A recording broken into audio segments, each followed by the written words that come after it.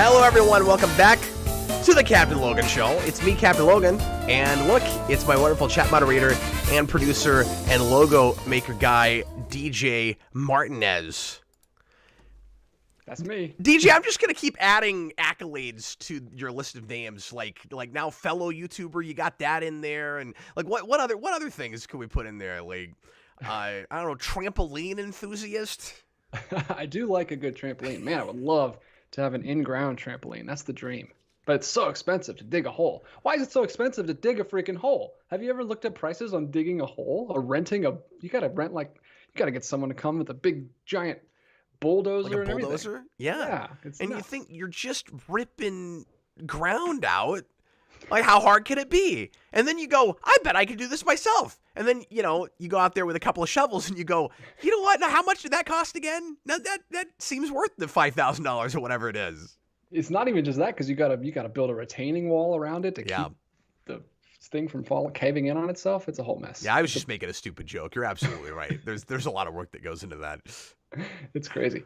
Anyway, I don't know what we're talking about. I feel like Trampoline Enthusiast is a good name for a YouTube channel. Well, we'll add Tramp Talk to. No, that sounds like a very different thing. Never mind. Yeah, let's axe that whole idea. Can we start over? Can we shut down the stream and come right back? Anyway, welcome back, everybody, to the Captain Logan Show. It is Tuesday night, and it's time to talk about a teaser trailer and some casting news that we got for Ninja Turtles Mutant Mayhem. DJ, do we have a release date for this movie yet? I will get right on that, sir. Yeah, I just realized I didn't look into that. I think it's supposed to be next year, isn't it? Or is it end of this year? I'm pretty sure it's next year. August 4th, 2023. Oh, is it? It's summer of this year. Wow. Okay, then. Well, gear up, folks. I mean, I guess having this massive cast list, like all-star cast list that could choke a horse now, this is about the time you'd usually get that, right? Yeah. First teaser, unless it's like some weird Sony movie that they put a teaser out like 2 years before it comes out. Yeah, I feel like the Mario movie, we had a partial, if not full cast list, like quite a while before this even. But I know that movie also got pushed back a little bit. Mm-hmm. Did it not? I think so. I'm pretty sure it did.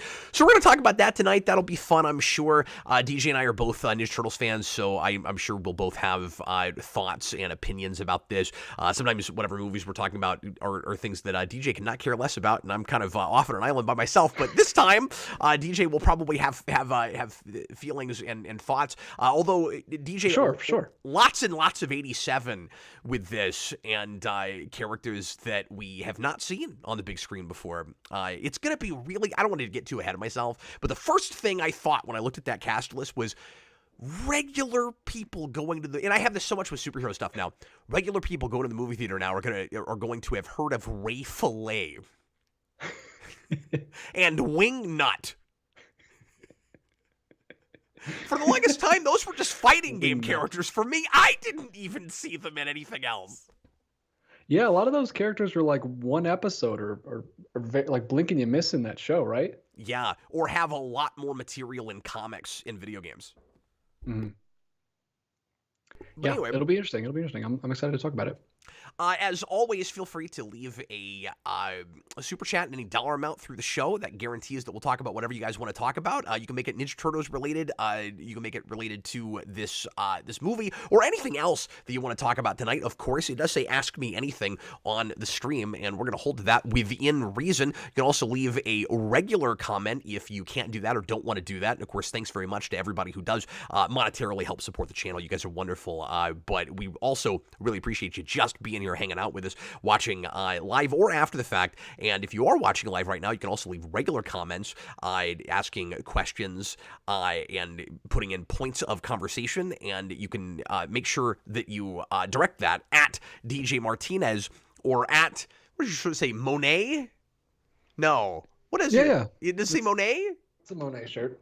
It's a painting. That's cool. Okay. Or at Monet. At Monet. DJ will respond to. Oh no, you're like those people at the grocery store that say, "Oh, you're dressed as Spider-Man because you're wearing a Spider-Man shirt." Dude. Yeah. Can we complain about that for a second? I specifically brought that up because I know you've complained about that before. Oh, I hate it so much. Yeah. Have I done an official rant on that? I think so. I think it was a long time ago. Maybe I did a long time ago. Dude, it still happens. And I think what's irritating about it is that people treat you like a little kid. It's like yes, I'm 38 years old and I'm wearing superhero stuff, but like, and they're like, what's up, Spider-Man? It's a lot more mainstream than it ever used to be, and B, it's also my job. So yeah, I wear it on my sleeve a little bit, and I'll walk around and it'll be like, it's cool if somebody goes, "That's a neat T-shirt." When somebody goes, "Hey, look, it's Batman," you're like, no, it's not. Batman doesn't go around wearing a Batman T-shirt. He wears a Batman costume. And if I were cosplaying, wearing a Batman costume, and somebody said, "Hey, look, it's Batman," I'd go, "That makes sense. I'm dressed as Batman." Now, if you were wearing a shirt that says "I am Daredevil," they could say, "Hey, look, it's Daredevil." Yeah, no, that's okay. Because that would be a reference and accurate. But if you wore a T-shirt that, this is 10 years ago now, but if you wore like an old AVX T-shirt that said like "Cyclops is right" or something, it'd be weird if somebody was like, "Hey, how's it going, Cyclops?" You'd be like, "No, I just agree with him. Doesn't make me Cyclops." No, you are who you agree with, as the saying goes. Yeah, right, yes. Man, if I had a dime for every time I heard that growing up. So anyway, DJ, we got a teaser this week for Mutant Mayhem. I want to go ahead and watch it, I think, cool. with everybody, in case you haven't seen it yet. And, hopefully we don't get the video banned over that, but I want to do that more often if we can get away with it. And then we'll talk a little bit about the teaser, and we'll go down the cast list. And some of these actors I'm familiar with, some of them I'm not. So I'm going to talk as much about characters that I'm surprised to see here, and characters I'm surprised to see omitted so far, as much as actual casting choices. So let's go ahead and watch it, shall we? We shall.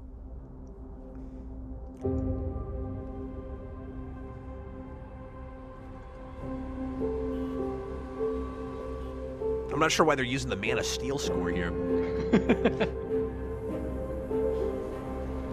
I like it. I like a piano version of the song.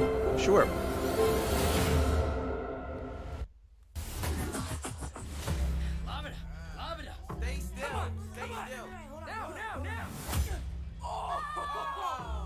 How does Master Splinter afford braces? I'm just asking. Oh, I didn't notice it had a smiley face on the watermelon. That's funny. He's gonna die.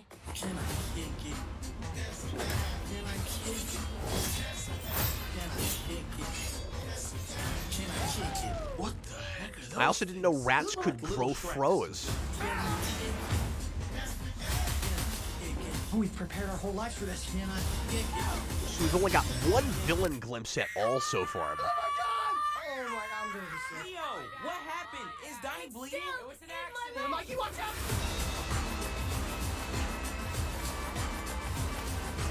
So you were baby turtles who made contact with mystery goo.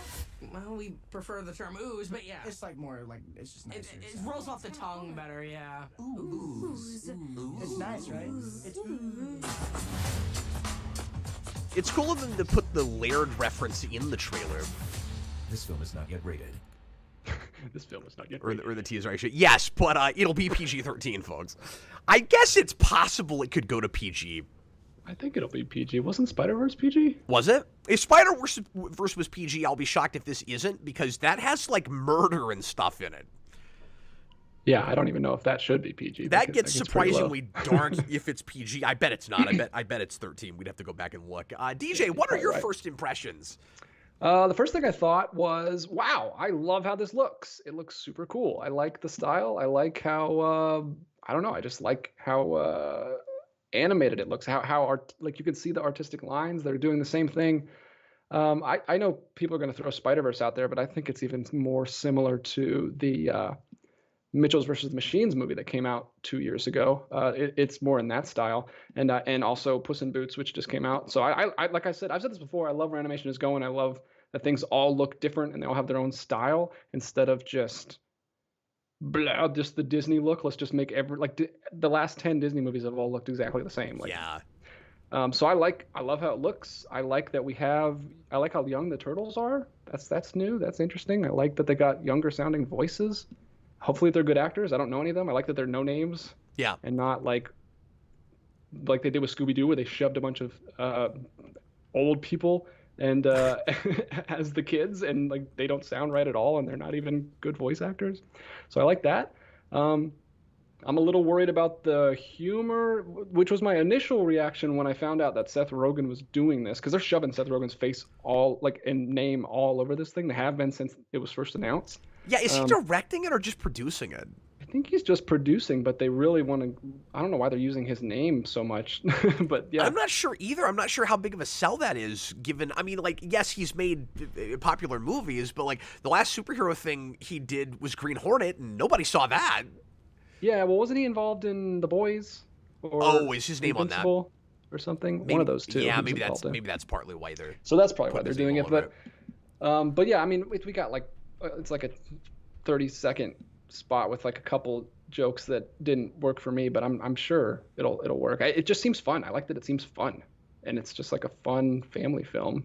And it wasn't super raunchy from this little bit that we got. It was just kind of like that awkward teen humor that's in like Homecoming a little bit, Spider-Man Homecoming. So I don't know. I'm much more excited after seeing the teaser. I wasn't really that interested, like I said, because they were just all we knew was it's Seth Rogen and it's going to be the 87 show because that's what he grew up with. But if they can make me care about those 87 characters, like kind of like the 2003 show did with some of those characters, then I'll be on board. I'm kind of looking forward to it. Like the IDW comics did. Yeah, exactly. Because it is doing the IDW thing in going back to 87 and reinventing characters. DJ, I don't feel like I have quite enough to go on yet. Like, I'm a little bit hesitant to throw out any opinions about the animation style and the teaser so far because we just don't have very much. So like when we first got the logo, I was like, oh, you went with like a punk rock album cover. That's interesting. Like, what is the style of this going to be? And then I guess you've kind of got that with the 90s throwback song, but then it's with the teaser, but then it's your standard like new, sampling it, but having somebody else do modern hip hop in the middle of it. So I don't know what to make of all of this quite yet. I'm certainly cautiously optimistic. I think like DJ is. I'm totally with you on the humor so far. I don't love just generally speaking. I don't love going to a like standard thing with a property that everybody knows and spend like 10 minutes in a conversation talking about it. Like, oh, it's called Ooze, so we gotta stop everything and talk about the fact that it's called Ooze. For, you know what I mean? Like, I don't get that. That has plagued pop culture movies for the last few years now. I don't understand why that's supposed to be funny. Like, just call it Ooze. Like, just have April call it Ooze, and that scene's over. Like, I don't know why we have to drag it on for 30 seconds. Well, and I know I always go back to Star Trek 09, but it kind of screams, let's try to make people that are that haven't looked at this material in 20 or 30 years but remember some of the major beats of it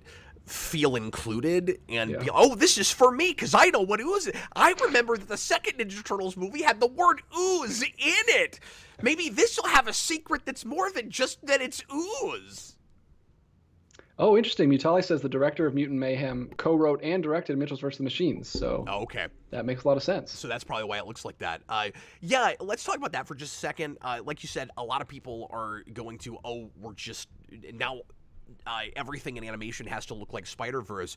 I don't have that yet. 2 does not a pattern make. This will only be the second time we've done it with a superhero thing that I'm aware of, that I'm thinking of right now, and it's not, you know, the Disney style you're talking about is still permeating a lot more than this is. I do, and when people say style, it's really just frame rate, right? Like, this doesn't look like Spider-Verse. It doesn't. It's gritty and grungy in some of the same ways that bits of that movie are, but it's like it looks pretty comic book, but not in the same way that movie did. Yeah, that's very comic booky and kind of pop art style, and this is more like grungy and slime and like kid. No, this is more album covers. It's grunge exactly. album covers, yeah. 80s album covers, with a little bit of that kid doodling in their notebook from Mitchell's vs. Machines with the little lines and stuff. I like it. I think it looks cool. Like I said, we don't have much to go on. I'm not like super pumped about it, but I went from not really caring to this and looking forward to it a little bit. Yeah, the color palette is neat. Certainly. I'm not immediately in love with the Turtles' designs, but they don't look awful, and they at least look like the Ninja Turtles, and I've been won over by Turtle designs that I wasn't in love with before. This feels somewhere in between, both in attitude and look, DJ, the 2012 show and Rise of the Ninja Turtles. A lot of people are saying, oh, cool, we're finally making them teenagers again. And I'm like, well, the last couple of Nickelodeon shows did that. You probably just didn't see them. Yeah, they probably didn't watch those. But this is weirdly, especially because that show wasn't successful, or I'm assuming it wasn't because it was only on 2 years. But that's what that show is called, I think, Rise of the TMNT. That show. It's not those character designs, at least. No, it's not. But it does seem to be informing this movie to some degree, because the Turtles are of a similar age group that they seem to be in that, where they're kind of younger teenagers, and they've got the race swap with April that they did in that show. That was the only time that's been done so far. So they are looking at that a little bit. Mm-hmm. Wasn't she also in 2012 like that? I think she was. In 2012? April was not black in 2012. Oh, okay. No, that was a change for Rise.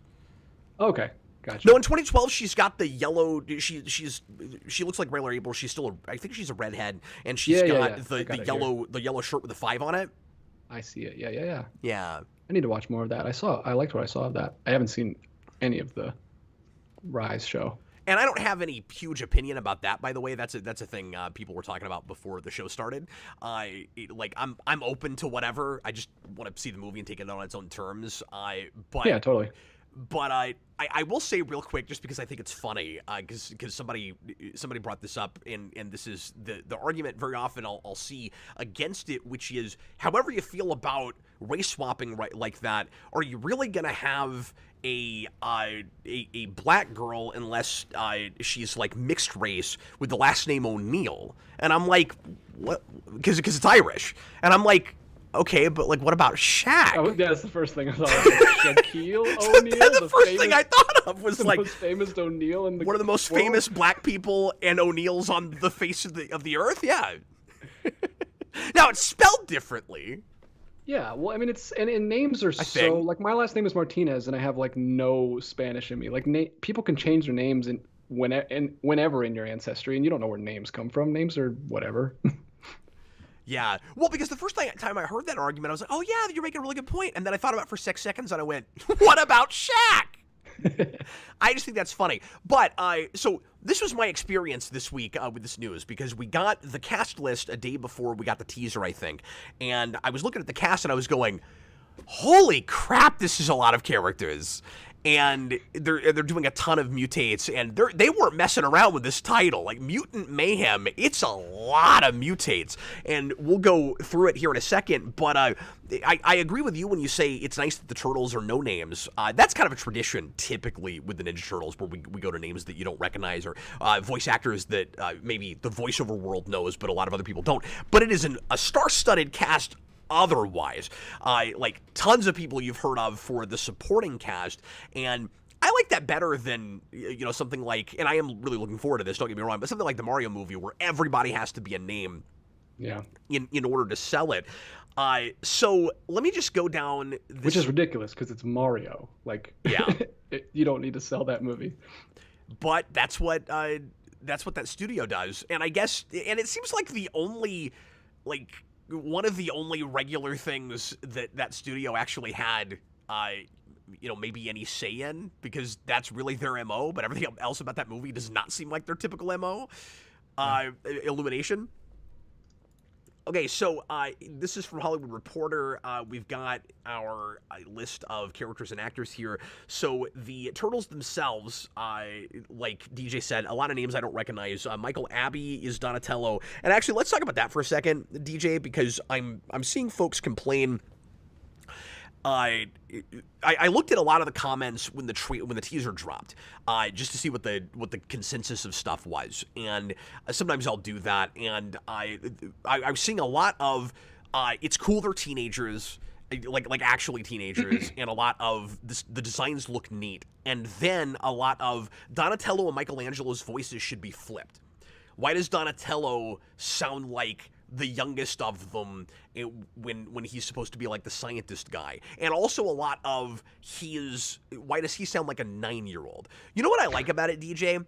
If they're not all exactly the same age, and this is a thing that in more recent Ninja Turtles material we've made a bigger deal out of, is, well, it's not like they don't necessarily have to all be from the same, I want to say litter. I forget what it is with turtles. They don't have to be. It's not pod. What is it? I guess I'm on it, boss. Thanks, DJ. Appreciate it. And he's quick too. He got me that release date in like 5 seconds. But like they don't necessarily like they're brothers, but like are they actually blood brothers? Like they don't. A group of turtles is called a bale. Oh, see, and if I'd said that, everybody would have been like, hey, like nobody knows that. No, it's like Christian Bale. It's Bale. Well, yeah, I know, but if I said it out loud, they're like, why did he say Bale? A bale of turtles. Anyway, the point I'm making is, they can be different ages, and they can, and even if we don't come out and say what the ages are, they can certainly seem like different ages. I don't think that's a big deal. So if you're gonna be young, like real young teenagers, like you're almost still preteens, wouldn't it make sense to have one whose voice hadn't changed yet? Yeah, that was the first thing I thought of, is, well, Donatello's voice hasn't changed yet. Yeah, and they're not. Yeah, everyone's voice drops at different times. Even brothers' voices drop at different times. So that didn't really bother me. I like that he's kind of like the nerdy one. It fit to me. I didn't even think about it, I guess. No, I thought it fit too. I was surprised to see that comment, but it was a very popular comment. Oh. Interesting. So I just wanted to mention that because that doesn't bother me at all. And Raphael, I'm used to Mikey having a deep voice because of the '03 show. He has like the deepest voice just because that voice actor has a deeper voice. Yeah, and that's unusual. That's the only thing that did that as far as I'm aware. Anyway, so you've got Micah Abbey as Donatello, Shimon Brown Jr. as Michelangelo, Leonardo is Nicholas Cantu, and Raphael is Brady Noon. And this says they seek to win the hearts of New Yorkers by performing heroic acts they hope will get them accepted as normal teenagers, which begs the question, does that mean that we're going full on 87 and they're not even hiding pretty quickly? Because by the end of the first season of 87, they're just right out in the open. That means your wife might like this movie because they're just going around doing random acts of superheroics. Yeah, and she prefers the 87 cartoon to anything. That's what she grew up with. So anything that harkens back to that and does it well, she's probably going to appreciate more. Although the 2012 series did that because it reinvented a lot of those characters and particularly villains, and she couldn't get into the art style with that. So, oh, that's a bummer. Straight up uses the same theme song and everything. And that's a good show.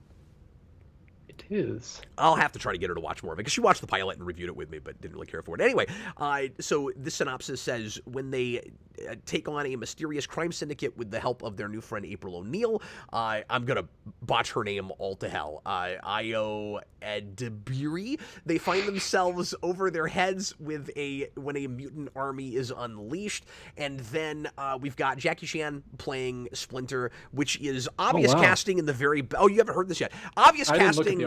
In the very best possible way.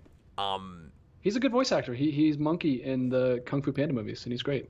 Yeah, and he's in the Lego Ninjago movie.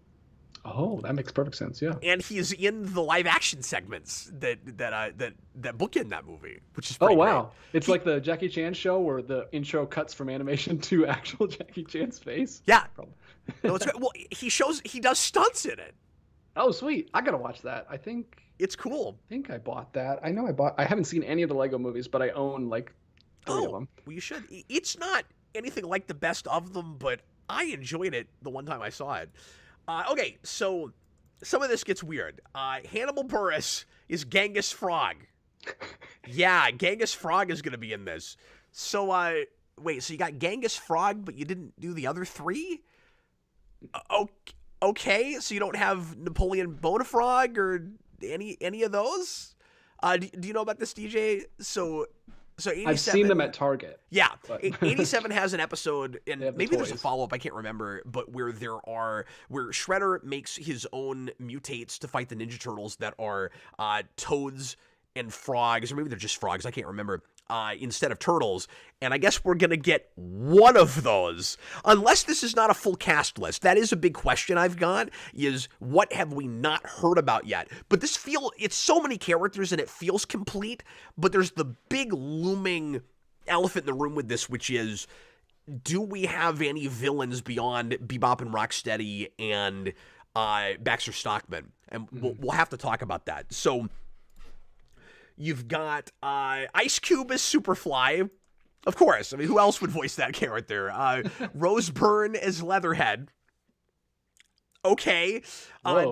Natasha Dimitriou is Wingnut. So we've got women voicing some characters that are usually men, but that makes sense with like silly voiceovers for cartoon mutates, because they might still be male characters. Just because they're voiced by women doesn't mean that they've suddenly been gender flipped. But I don't actually know. And then the big one, of course, is Giancarlo Esposito, who's in frickin' everything now, and one of my favorite actors of all time is Baxter Stockman. And once again, obvious casting in the exact right way. Like, that's simply correct. I didn't know if he'd want to do a thing like that. He's been doing a lot of voiceover stuff lately, and he's in the Harley Quinn show. So I guess I'm not surprised he's doing that. But the big question is Baxter the main villain of this movie? because we don't have anybody else villain-wise, except for some of these mutates, which will be part of a villain mutant army, I'm sure. And I imagine there'll probably be some like switching sides, and I wouldn't be surprised if some of the mutates don't form together to become a Mutanimals team. If Mutanimals doesn't come up in this, I'll be shocked, given the sheer number of mutates, DJ.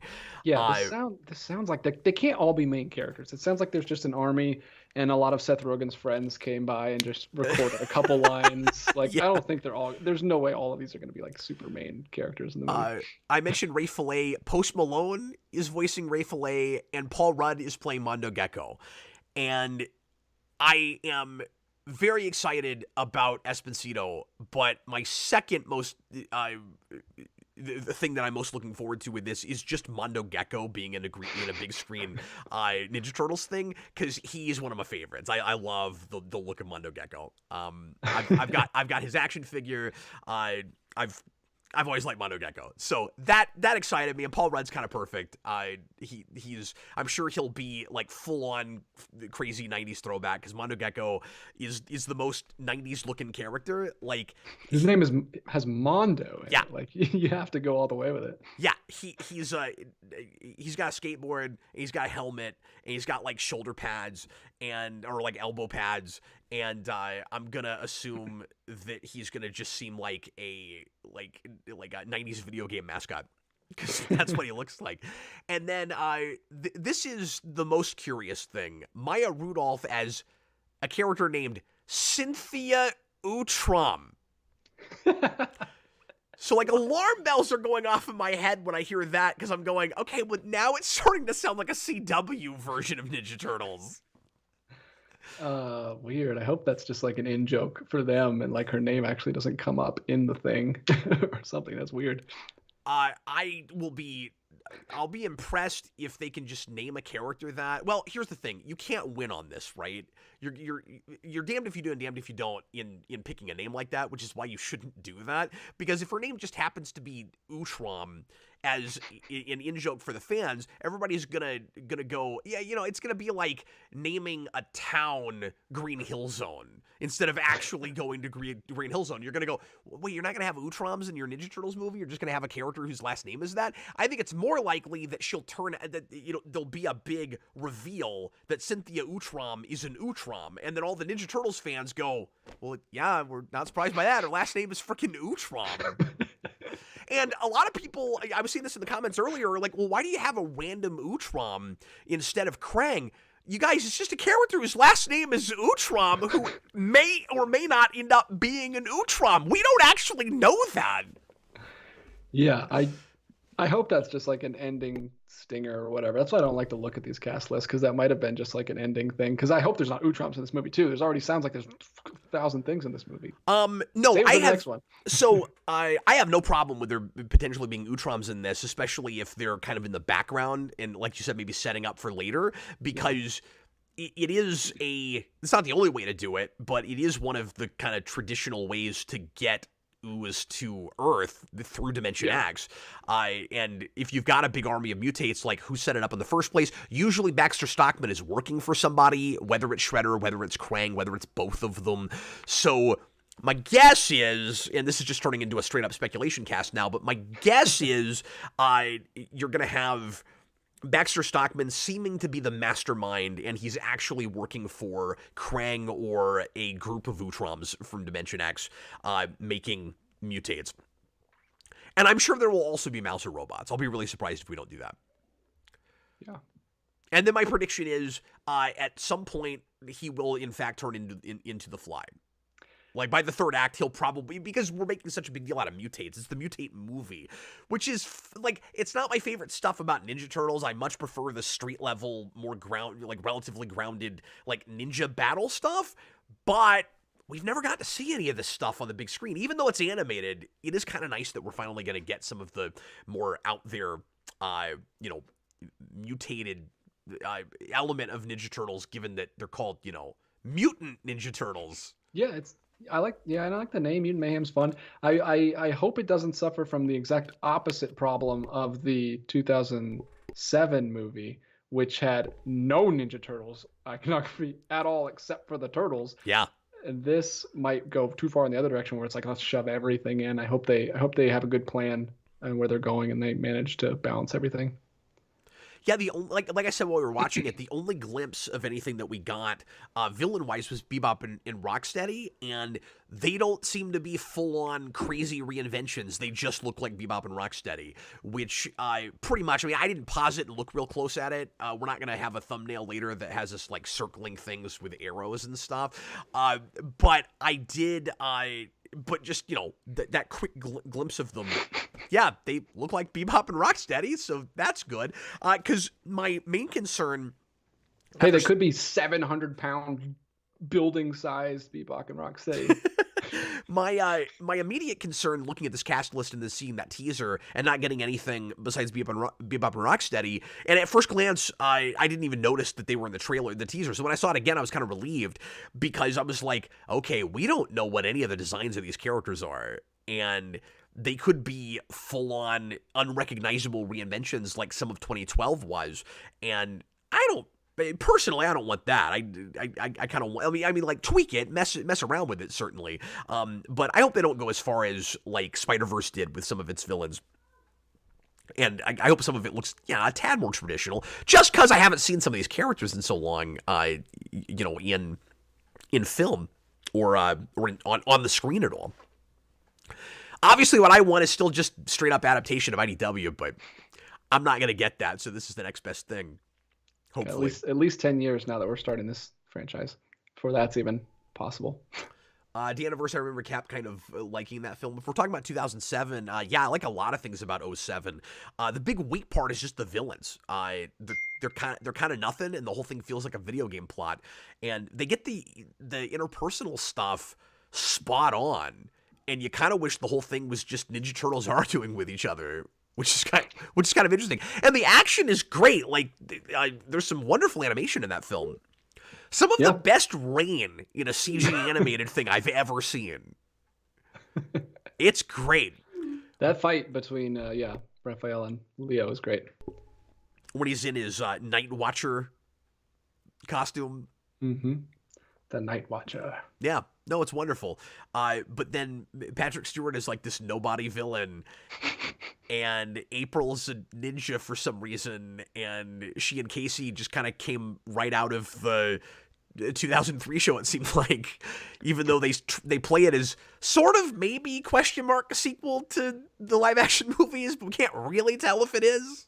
Well, April's just basically like Barbie dolls from the 90s where they gave her every single job because she's been a reporter, right. She's been a scientist in the 03 show, she's been a ninja. What a terrific point. Just make her whatever. Make her a chef in the next one. I've never thought about it like that. That she's like a Barbie doll. And now I want Barbie to make a bunch of April O'Neils that are doing different jobs. The veterinarian one. That actually makes sense. Such a good idea. And like Barbie, they put her out in like every kind of ethnicity, and you just have like you make April the most diverse thing that has ever been sold to children. Like, be great. There you go. All right, we've got tons of super chats. We'll go ahead and get into those, yeah. And then you can ask if O'Neill is a last name in like all these different colors. But do we buy the name O'Neill? All right, take us anywhere you want to, DJ. I'm just going to go in order here. And guys, thanks for letting us take our time on that because it's Ninja Turtles. I always get excited to talk some Ninja Turtles. And let me just reiterate one more time. Yay for Mondo Gecko. Do you know what Mondo Gecko looks like? I think I've seen him. I'm going to bring him up for you. You probably saw him at Target, too. I probably saw the exclusive toys over at Target. They're really getting those things out there. Okay, I'm sorry. Another thing that I meant to say is I was a little surprised not to see Slash on the list. Yeah, well, maybe there's always a sequel. I thought that could happen, and my hope is that Baxter Stockman lives, and then maybe... I mean, there's lots of different ways to get this built, but then maybe we get Metalhead in the second movie. Not that he's usually building it. I kind of figured that's probably how you get Metalhead built in a movie, is like Baxter Stockman builds him. Yeah. Yeah, Mondo Gecko looks absolutely insane. Yeah. Isn't he great? He's one of the greatest toys. He's got of all skull time. knee pads. Yeah. This I think is this the original toy? Is this no? This is the NECA one. This is the one that's out right now, and I'm not a huge fan of the style of these, which is why I haven't bought it yet. NECA Gecko. Okay, my apologies. Go ahead and take us to some questions. All right, you're gonna love this first super chat from Ian Chandler. Let's see how sarcastic that was. Go ahead. It's not at all. I've always wanted a crossover with the Tick and TMNT. I feel like they'd fit together incredibly well, especially with the first Tick comic arc. Better than Power Rangers, for sure. I would love to see that happen in comics. I don't know that I would need it, in like animation or anything. But yeah, they really would fit like a glove. I could see some kind of a plot where you had like Chairface trying to build a mutate army or something like that.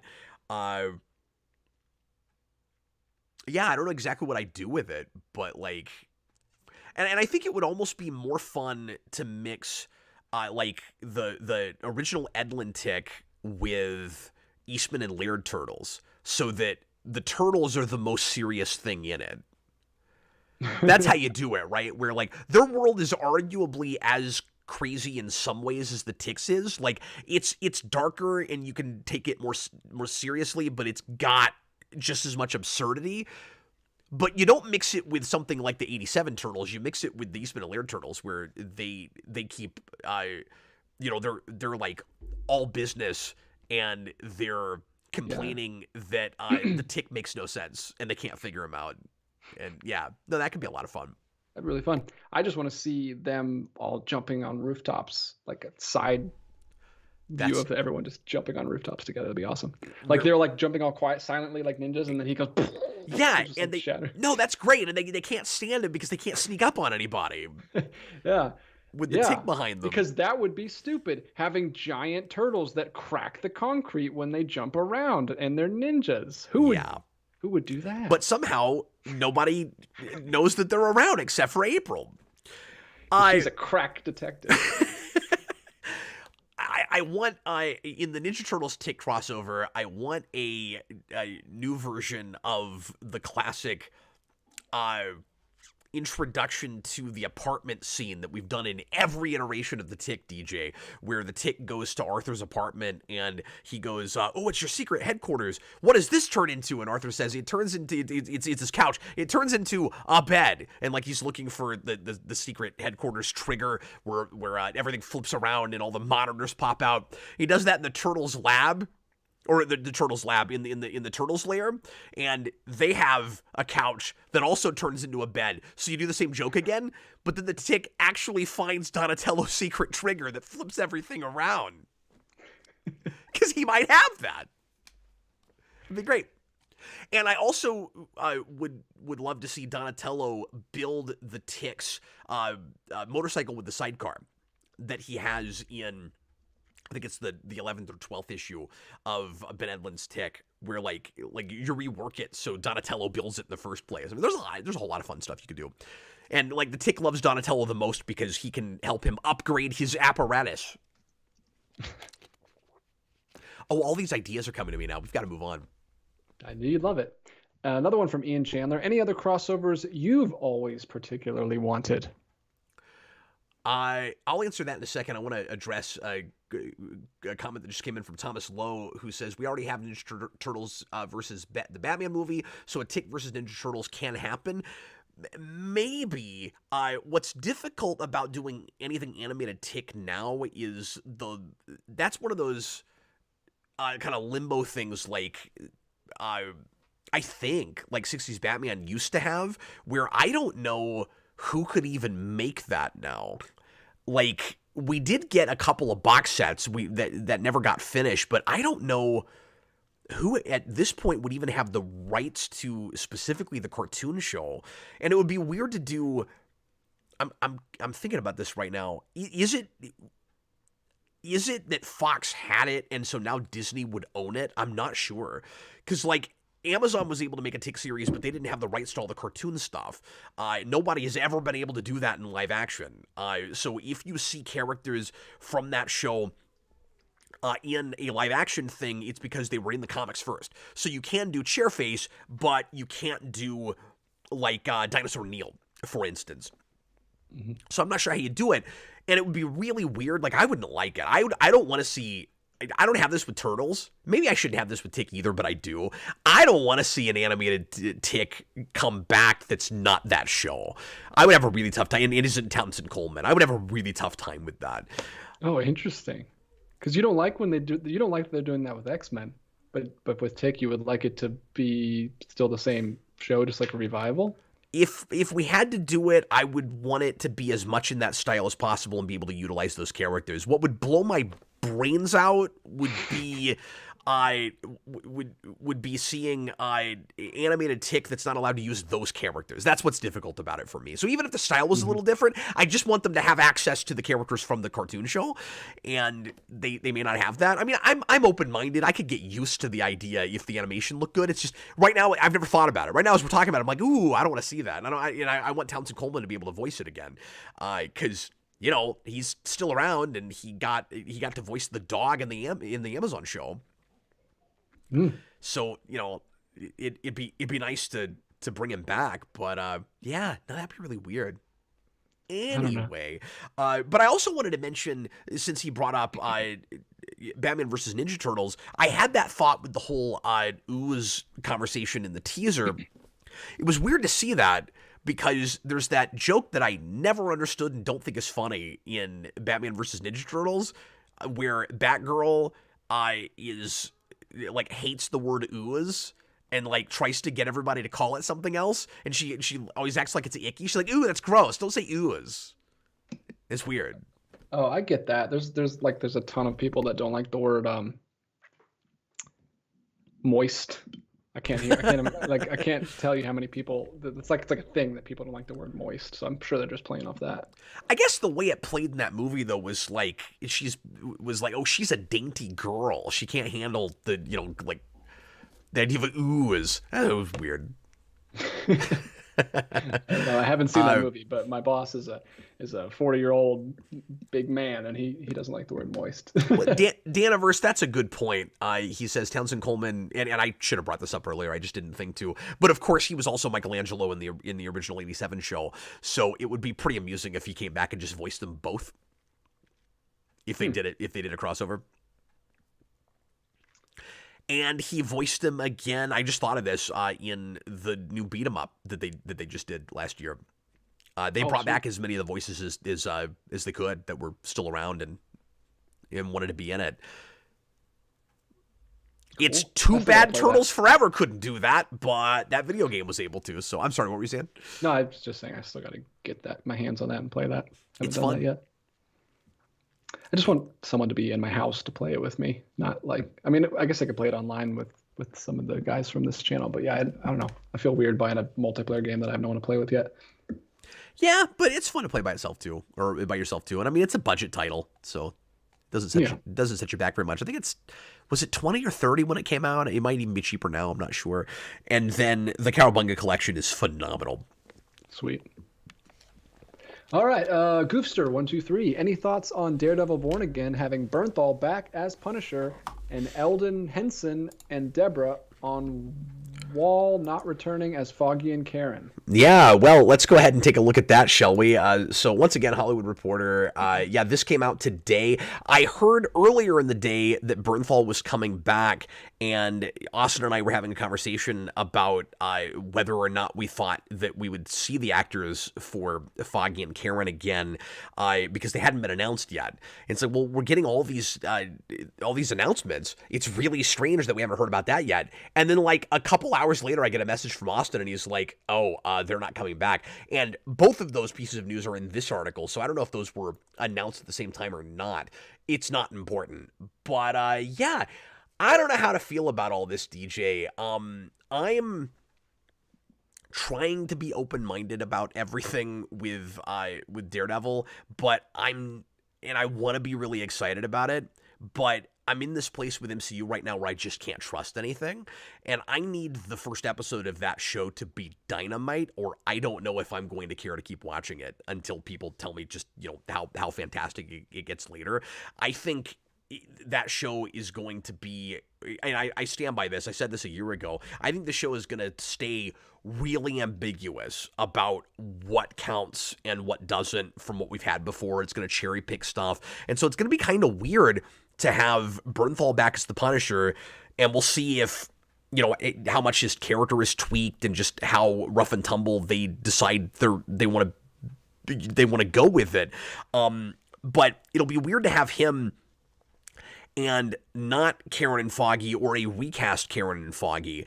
If they say that Karen and Foggy both were killed somehow, write them out in some way, I don't love that, but that's better at this point than recasting if you're going to go to a lot of the cast from the Netflix stuff. Now, if those actors for some reason just didn't want to come back, or they're working on other projects, they couldn't get them, and they recast, that's fine. I don't want to be a hypocrite. I always say it's better to recast than to compromise your piece any more than you have to.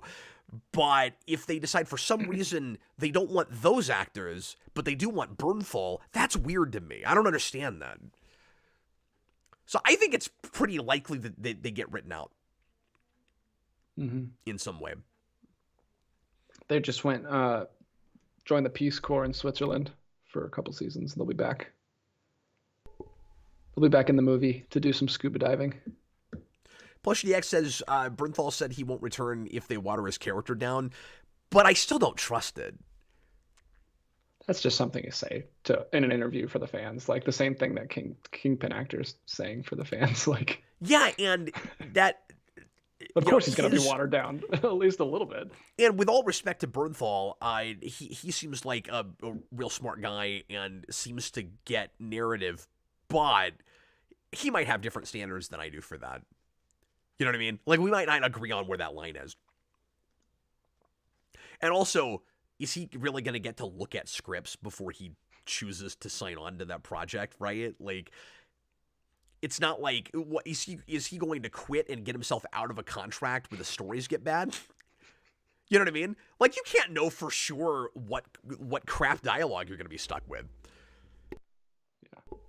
So look, I want to be excited about this. I hope it works out and it feels like at least a decent spiritual successor to that show, or a totally cool new thing. And if I have to live with ambiguous continuity and I don't know what counts, and it's not that show again, but it's great, fine. Like, I don't mean to make everything about continuity. I just think that could make things really awkward, especially if it's also just kind of bland and not a great show. The 18 episode count thing is still super intriguing to me. Like, how episodic is that show? How many kind of one and done episodes do we get? How decompressed is it? That's nuts. All right, we'll see if that's the last time we talk about Daredevil. Mutale. James Cameron said he relates to MCU Thanos' plan of wiping out half of all life. Thoughts? Also, Captain DJ, what are your most hated words? Well, ooze really gets me in the fillings. I'm not a big fan of the word fillings, to be honest with you. That one really bothers me. There are. I don't know. I've really laxed over the years on swear words, as a lot of you guys know. There's still a couple of kind of like crass, crude things that aren't even thought of in the same category as like the F word and stuff that I can't bring myself to say. That I don't like them when other people say them. Mm-hmm. I kind of have that, but I'm not going to say them.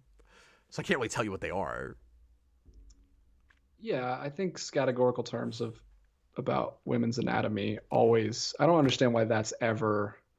Like, I've definitely laxed over the years of language too. Like, when I was a kid, I was very opposed to it, but now I don't really see anything wrong with it. But I don't know why there's ever a reason to use like offensive terms, those kind of words. It's weird. I don't understand why you're so much more articulate than I am. Like, because now everybody knows the word, at least one of the words I'm thinking of, probably when you said that. It's like, I can't communicate it, but DJ did. I got to tell you, though, one of those words that kind of gets me in the feelings is categorical. I don't think I can handle that one either. DJ's using all the words that bother me right now.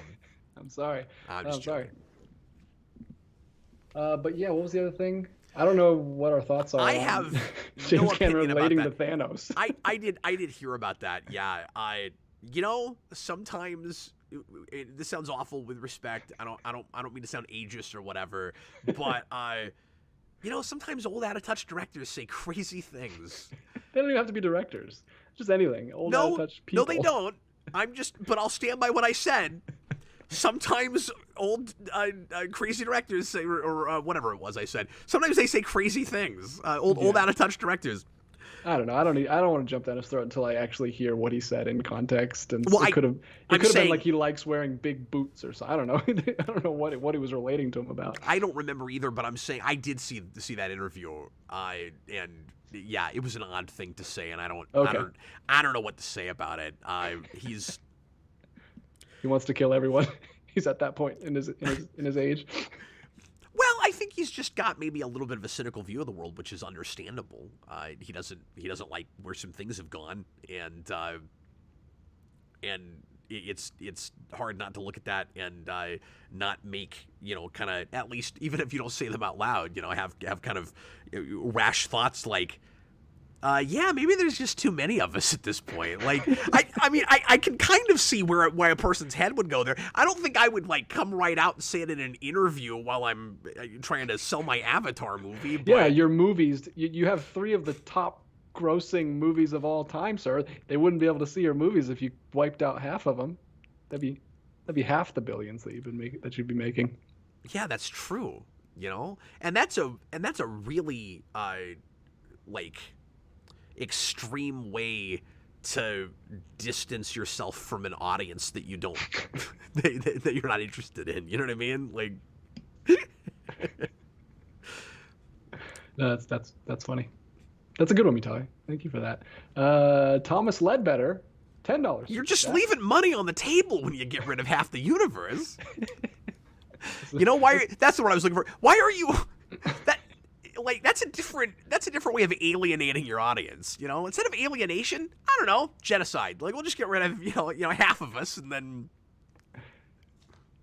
then we'll be fine. Then movie sales will really be will be working. I'm just joking. Okay, moving right along. Thomas Ledbetter gives us $10. Says, wanted to clarify from my chat last week. I purposefully wrote my Trek story into a corner with the Borg so that the crew have to make the hard choice and each of them process the consequences. Part 1 of 2. And then part 2 says, like you said, it would be more interesting for the narrative to see how each person deals with that event, which was my plan from the beginning. Well, cool. That seems like a good place to start. It's a good idea. All right, moving right along. Mutale, Cap and DJ, where do you guys hope to be in 2030? Oh, I feel like I'm in an interview. Where do you see yourself in 10 years? Well, that's only 7 years, man. That's crazy. Oh. 2030. Right here at this desk with this guy, talking to you guys still, because we'll never run out of questions. That is the nicest thing anybody's ever said to me. I don't know if I'll be here. I'll be probably still doing a show. I don't know if I'll be in this house or not. So I'll answer the question literally. So my wife and I have talked about a lot of different things. We've been in this house for 3 years now. We love it. We're not really looking to move anytime soon, but we are kicking around maybe buying at some point a second property, getting some acreage. We would really like to get some farmland, get maybe 10, 15 acres, and possibly close to where I was born. I would love to get some land in Arkansas. That's kind of my dream right now, but I don't know if we would move out there. It completely depends on where Sarah's able to work, because her firm doesn't have an office there or anywhere close enough. So, realistically, we might be stuck getting land around here, or we could get something that's, a ways away and then just visit it once a month and work the land and stuff. I don't know. But I don't know if I want to actually sell this house. I kind of want to hang on to it and get more property is kind of what I'm kicking around in the next 7 or 10 years or so. You have your own little Northampton where you can go and train and lay in a bathtub and fix an old truck. Yeah, especially if a group of ninjas burns my house down. Yeah, it's always good to have a backup farmhouse you can go live in for a couple months, get back on your feet. You know, you might think it's paranoid to have a contingency for that, but anything is possible. Yeah, everybody else is gearing up for the zombie apocalypse. I'm gearing up for the Foot Clan ransacks and burns down my house. Which is the sole reason I haven't turned it into an antique shop. That would be great, though. I love going through antique shops. But as far as, you know, professionally and whatever, I mean, at that point, Jason will be 19. Isn't that nuts? And I'll be What's even more nuts as your kids around everywhere. Twins will only be like 7. Yeah. So you'll have a 19-year-old and 7. I know. So I will still be very busy with kids, of course. I'd like to have a novel or two written by then. I haven't written a book since Midwest, that's not a book, since my food novel, Edible States, and I'm about to start working on a project pretty soon. I've got a couple of really big channel things that I want to do between now and then, but yeah, by then I'm not totally sure beyond just doing various creative projects. But what about you, DJ? Oh, I have no idea. I don't even know what he means. I don't know if he literally means like what location I'll be in, because I'll definitely be in this house. We just bought it, and this is our home until the kids are gone, because this is as big as I want to go. I don't want to go any bigger than this. Yeah, you have a good sized place, and we're in a perfect neighborhood, the perfect school system. So yeah, that's great.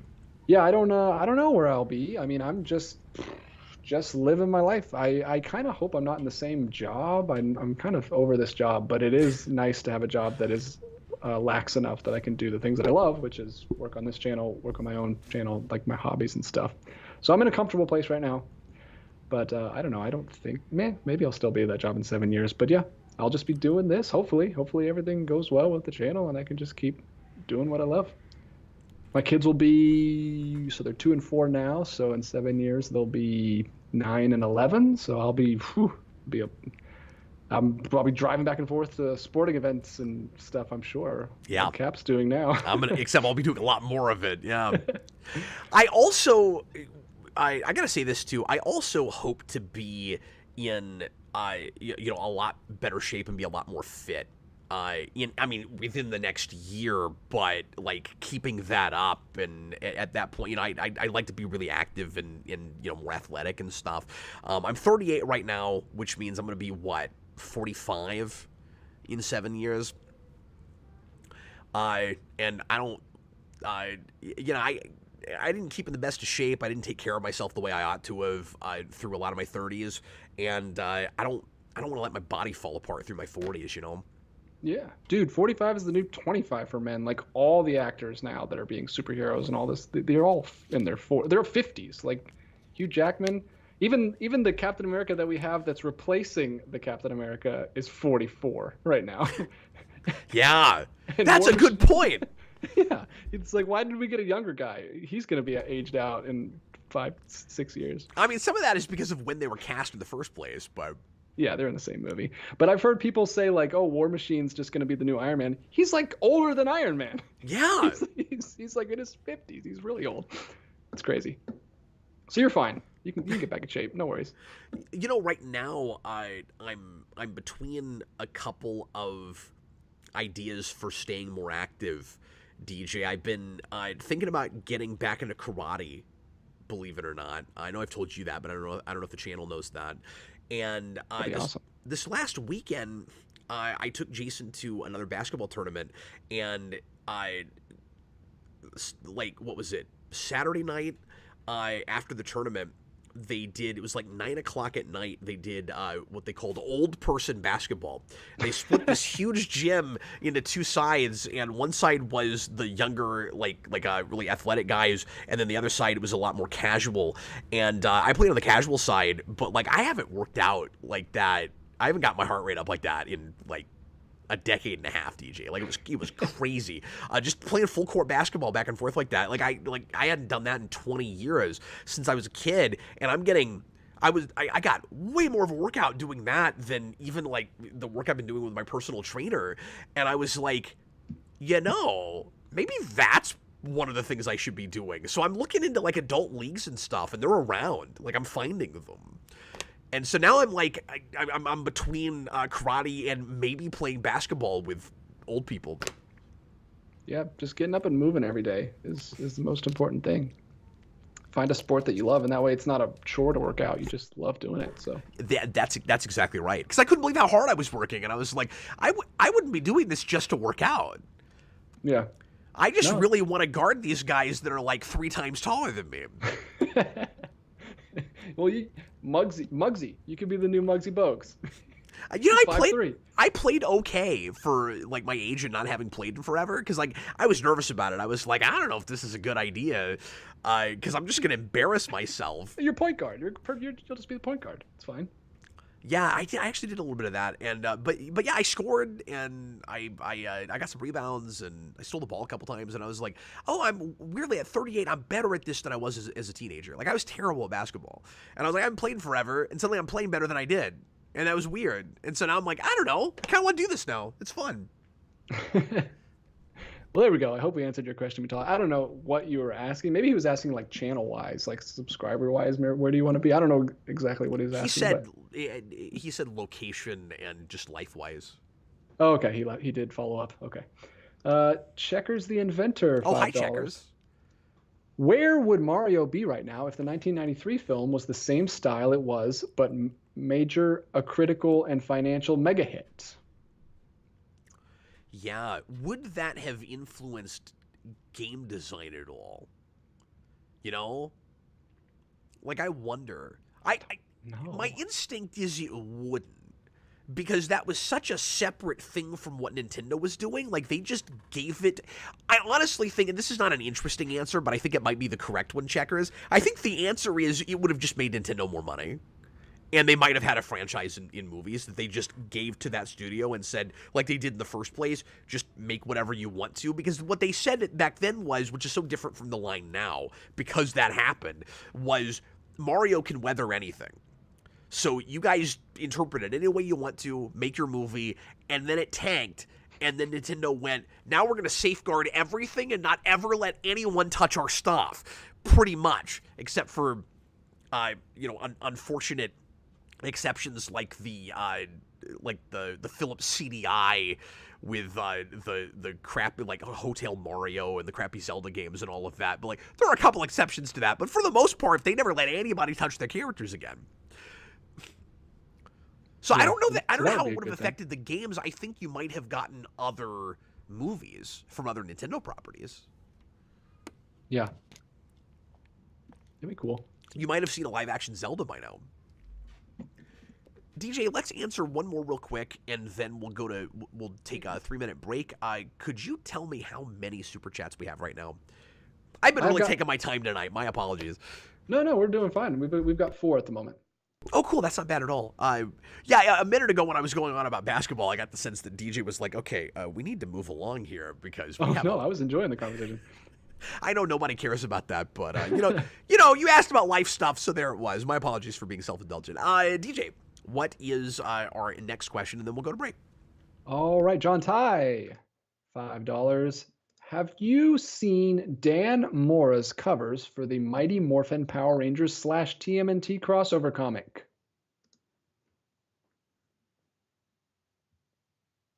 Oh, I think you muted yourself. Yes, I believe that I have. Let's look at some right now, shall we? So yeah, that book is out right now. I think issue 3 just came out. I actually bought at a comic shop in Iowa. I went to Mayhem, but not the so they have a couple stores. Not the Mayhem in Ames that I interviewed for the documentary, but I finally went to the Des Moines store because I'd never been to that one. And it's wonderful, and it has a way different vibe, but it's also a super, super cool store. And anyway, I bought a couple of Power Rangers books there because I haven't been keeping up with current. And you know what, DJ? So it wasn't a Dan Mora cover, but it was a cool like Leonardo and I think maybe a Blue Ranger. I forget. But you know, DJ, I think I'm changing my comic collecting habits a little bit because I felt weird for a long time. Not keeping up with anything current and buying things on pulls, but it kind of became a chore because I wasn't liking enough of what I was reading, and even stuff that I was actively collecting I can read in digital, and I've been kind of appreciating reading, or in liking reading digital more.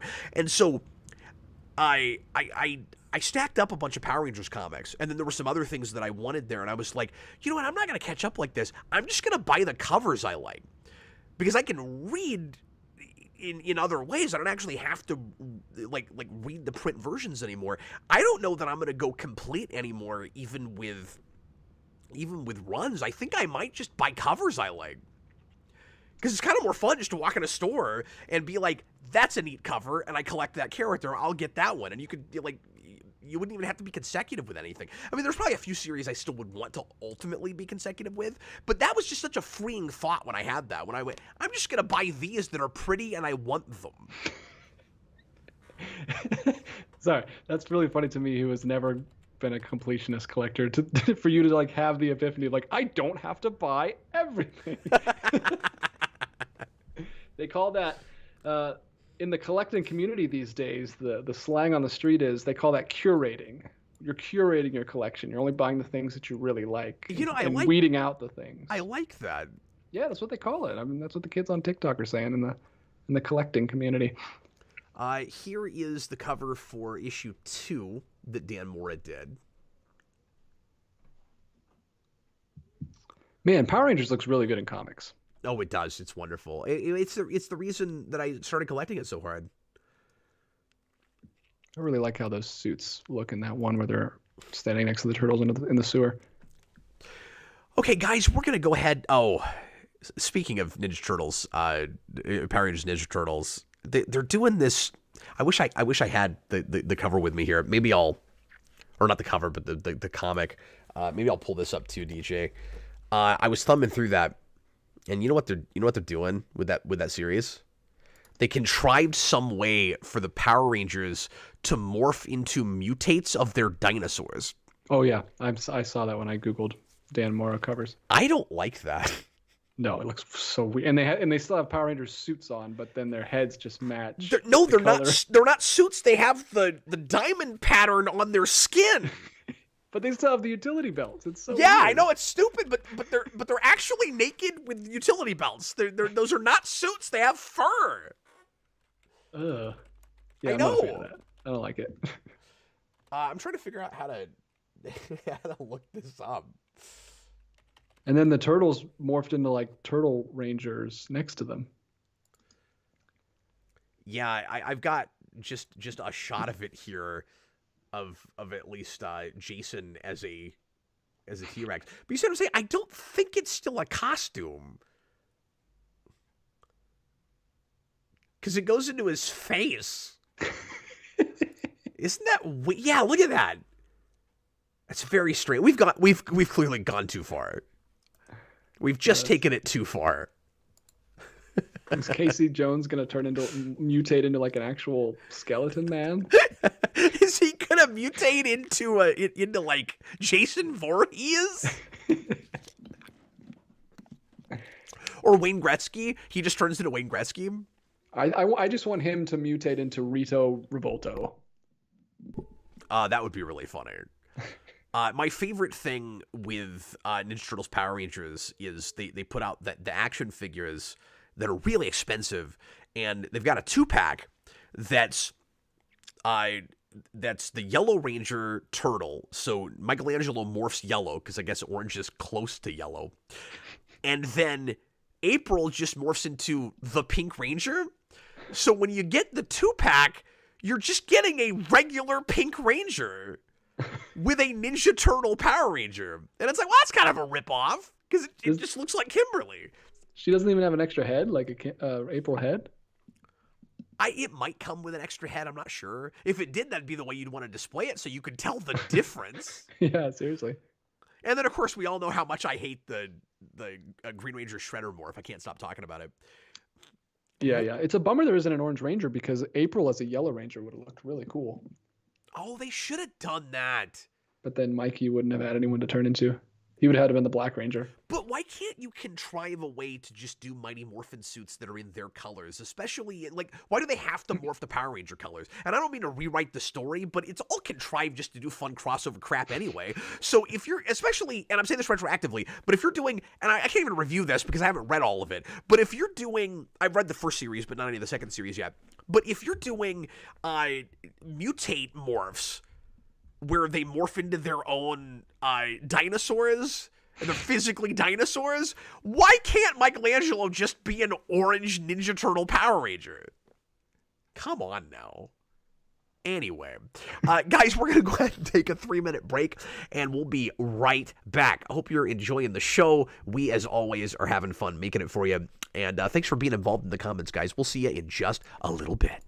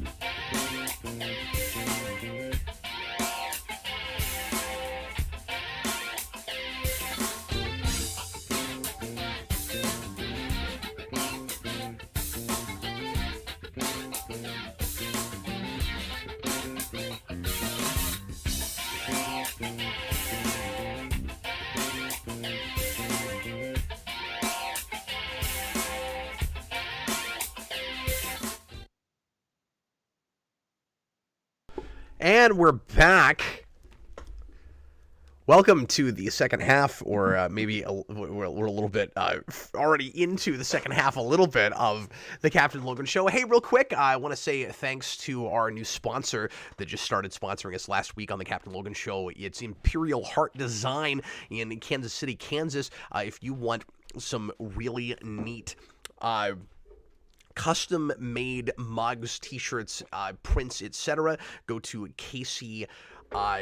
Imperial Heart Design on Etsy, and you can also go to imperialheartkc.com. It's a store that is done by my tattoo artist, who's done all of my tattoos, and you can get cool designs from him without having to get it permanently on your body. And you can get neat mugs like this Mario mug that has a whole bunch of cool Mario iconography all around it. Check that out, won't you? And now for more, I almost said the news, but we did that already. Now it's time for more questions from you guys. And feel free to throw some more in for us so we've got more fun things to talk about. But if not, DJ and I'll just make up something. Go ahead, DJ. Oh, we can always go. We can go as long as we need to. We can go. Checkers the Inventor, $10. Oh, thanks, buddy. Appreciate you, man. Great show last week. I like that he specifies. The verdict is still out on this week. Had to bail after the 1.5 hour or so, but how about that Superman statue? I've been raising money in my community on your behalf to get a new head. Yeah, now that we know that that's not real, can I have it? That was the most embarrassing thing I've done in a while. Wasn't that entertaining? I was like, it says hoax in the title of the article. Yeah, I didn't see that. The article that I saw in the first place was not from the Superman homepage, and it did not say hoax. I saw the original article. Gotcha. And when we were talking, I just wasn't looking that close at it because I thought it was the same article. And it's really good Photoshop. Like, it looked like it was missing its head. And so here's the thing about that. When you live in a world, DJ, when you live in a world where nothing surprises you anymore, and everything, crazy things happen all the time that at one time in your life seemed impossible or seemed really unlikely, but now just, I mean, we see this all the time with superhero movies, you know, that like, Morbius got a film with like Jared Leto in a universe that doesn't even have Spider-Man in it. When things like that are possible, nothing surprises me anymore. So you go, like, enough wind was able to blow a statue's head off. I go, I mean, that sounds crazy, but stranger things have happened. It makes you gullible, right? Yeah, no, that totally makes sense.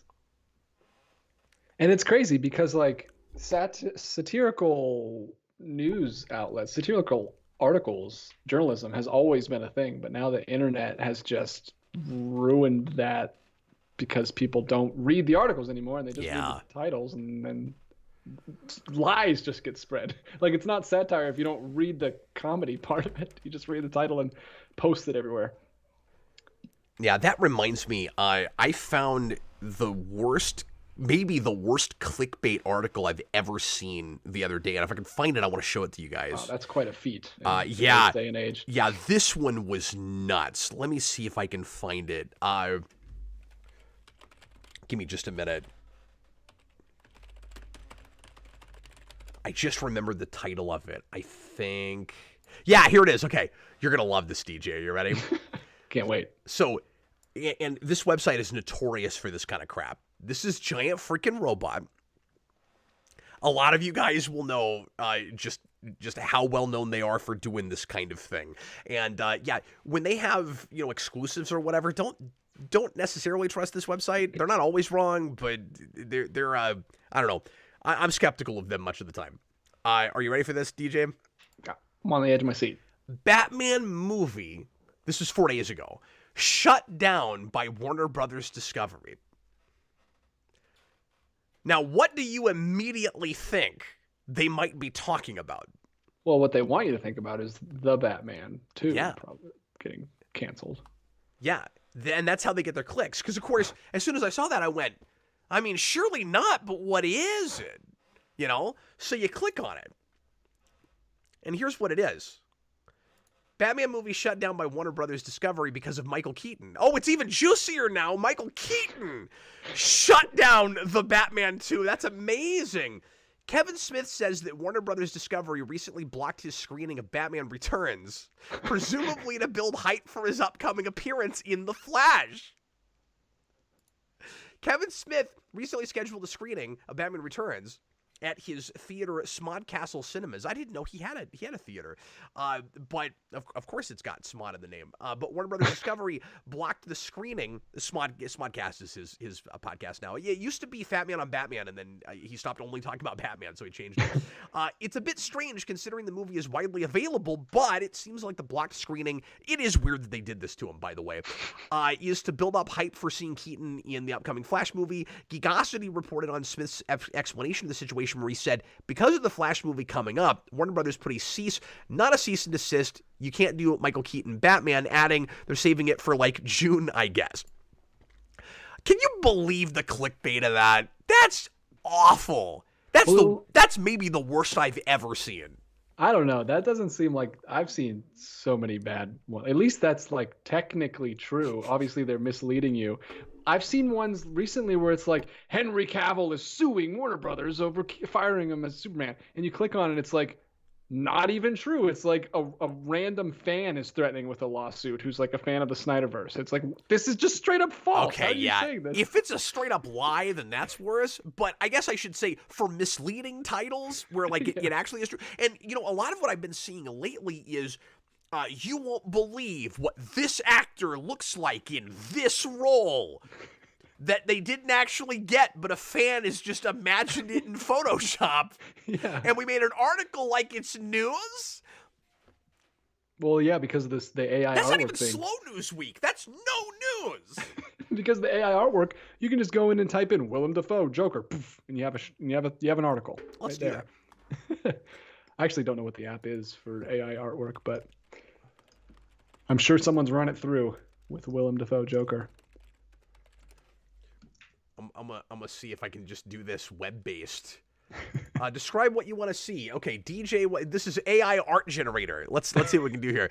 Hopefully we don't end up with something lewd and terrible, but we're gonna try this. Okay, so DJ wants to see, what'd you say, Willem Dafoe? Did you say Joker? As the Joker. Okay. That one's probably done to death. We should do something more crazy. The Joker. Well, let's see if this works in the first place. Yeah, because like, do it in Night Cafe. Let's say artistic portrait. Let's try that. It's going to go, sorry, we don't know what Defoe means. Oh my God, there he is. Oh, I hate the world. I hate everything. Look, you can do this. I hate it. That's crazy. Sorry, art. You have no meaning anymore. Yeah, and that's sad for artists. But I'm sorry, I'm gonna have fun with this. I'm gonna have fun with this. Michael Keaton as Sonic the Hedgehog. Michael Keaton as Mondo Gecko. Oh, that's even better. It's gonna be like, what in the world is Mondo Gecko? Better. It's not gonna do it, is it? Oh my God. Oh my gosh, what is that? That's horrific. It doesn't even look like... It's kind of got the eyebrows. I can kind of see it. It looks like Star Fox. Michael Keaton playing Star Fox. Somebody explain the outfit. Why is he wearing like a Guardians of the Galaxy costume? Okay, throw me another one, DJ. We'll do one more. I don't... What do you want here? What are you looking for? Anything. Hey, just do a mashup. Let's see. Bill Clinton as a Power Ranger. This is like that old random card game they used to play with Jeff. Yeah, it is a lot like that. Except now you got visuals. That's fun. Wow. That's actually pretty great. I don't know what that helmet is. Well, I guess you know what I really appreciate about this is it could have just given us a full face mask and we wouldn't even be able to tell that it is Bill Clinton. But at least that looks like Bill Clinton. Oh, this is fun. I want to do Mondo Gecko with somebody. Who would be a good Mondo Gecko? Mondo Gecko. Seth Rogen. Rogen is Mondo Gecko. As Mondo Gecko. Does the internet know what Mondo Gecko is? I guess we're about to find out. What in the world? No, it doesn't. It really doesn't. It's apparently Spy Kids goggles with a jewel stuck in his head. Yeah, why does he have a jewel stuck in his head? Okay. Well, Night Cafe, you're 1 for 4. You really need to brush up on your geckos. You're 3 for 4. I mean, to be fair, that's somewhat obscure. That's a deep cut. Yeah. Okay. I'm gonna go for another deep cut, or a relative deep cut. Okay. But just because of my obsessions. Okay, so, then I have to point something out in the chat after you do that. Batman in Nights into Dreams. Yeah, that's gonna be. That would be a cool fan art though, with like the pink, with the just the background. Oh my gosh! It looks like Maleficent. Yeah, why see a Disney girl? Lego game. What happened? I mean, I guess Knights is ambiguous, right? I guess not. Yeah, I was gonna say Knights is androgynous. It's pretty effeminate, but is not. It's not male or female. Yeah, that makes sense. I mean, I guess the short-lived comic series said that it was not gender neutral and that it was he, but it shouldn't be, because you can a boy and a girl dualize with it and become knights. So the androgynous thing makes more sense. But anyway, yeah, I mean that was pretty good. That was closer than I thought it was gonna get. Yeah. What I wanted it to do though was just be like in the, like have the background or something. You know what I mean? Like yeah, Batman in the game. In the game. Yeah. I want to point out that Robert Wilde said in the chat, "This is why men should not play God," and it blocked it. Like, I want to know what got like. Can he not say God? Can he not say men? What can he not say in that sentence? Come on, YouTube. YouTube doesn't like the truth. Is really the problem. Let me think for a second. Okay, I'm gonna try another location one. Are you ready? Sure. Okay, I'm going back to video games. I'm going back to Sonic. I just want to do Captain Logan as a basketball player after the story. There's no way it's gonna have me in here, right? There's no way. Batman in Casino Night Zone from Sonic.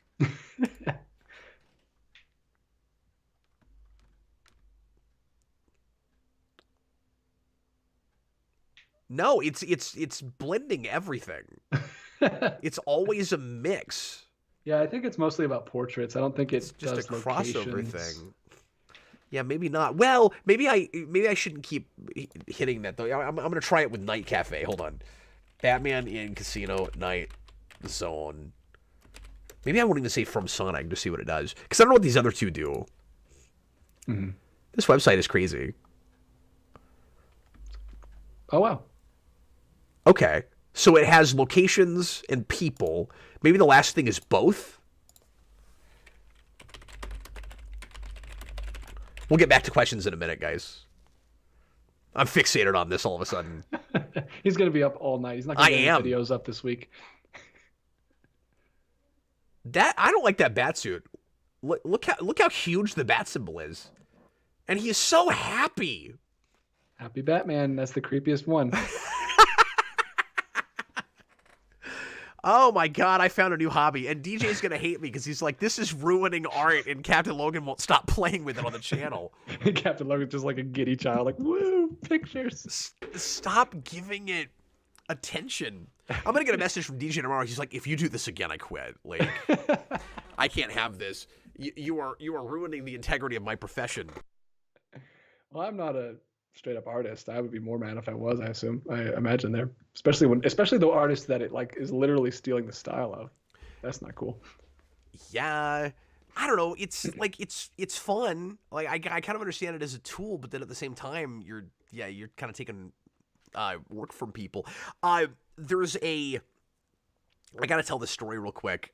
There's an app or a developer of an app, DJ, that I got an email from about a month ago, wanting to sponsor the channel, and it's this kind of thing. It's an app that where you can imagine like you can reimagine any picture you put into it. So people are primarily using it to like imagine themselves as different things, as like an anime character and like different kinds of animation and stuff.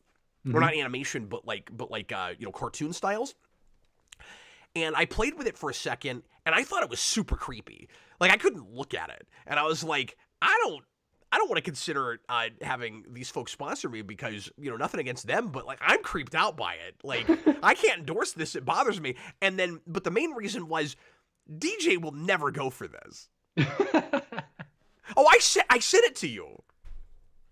Yeah. Well, and I mean, go for it if you're down for it. I didn't look into.